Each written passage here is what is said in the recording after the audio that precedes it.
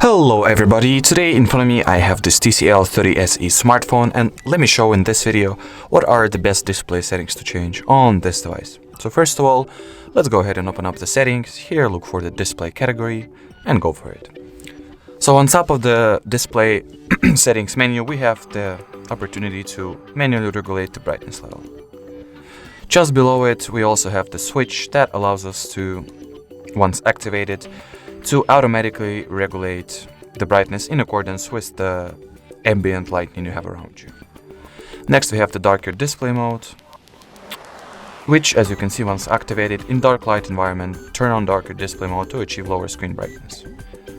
Next we have the switch that allows us to enable or respectively disable the dark mode, as you can see. And right in the dark mode menu we are also able to set up any automatic turn on schedule for it by setting the start and end time frames.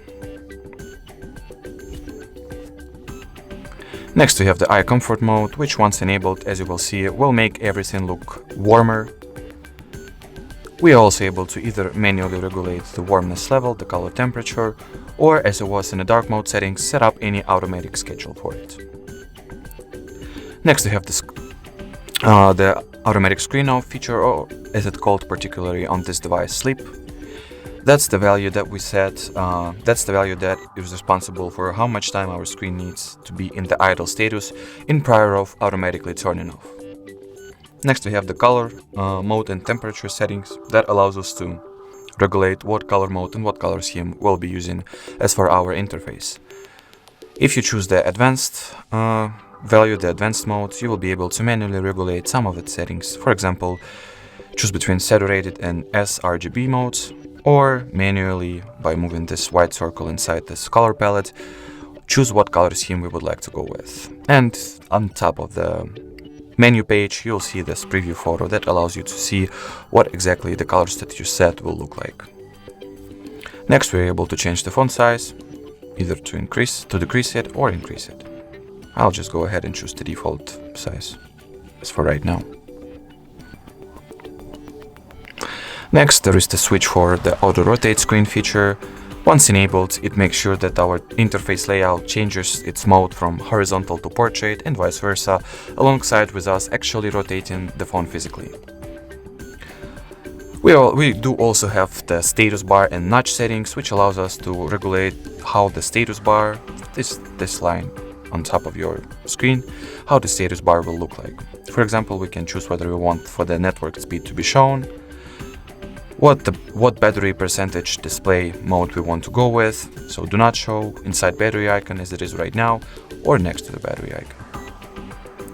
And choose what the notification display mode we want to have, either as the folder, so just once the switch is activated, will be presented with this bubble, which will basically show the number, the quantity of notifications.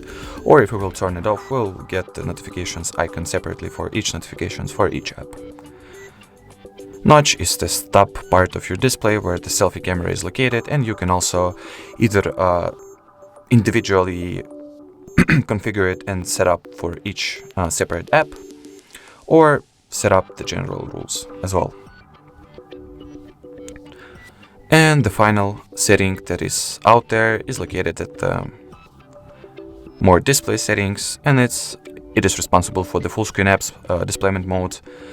But in my case, all the apps that are installed at this device do support the full screen mode by default, so there is nothing to show. But if you will have any apps, any applications that do not support the full screen mode by the factory defaults, you will be able to configure it and set up for each individual app.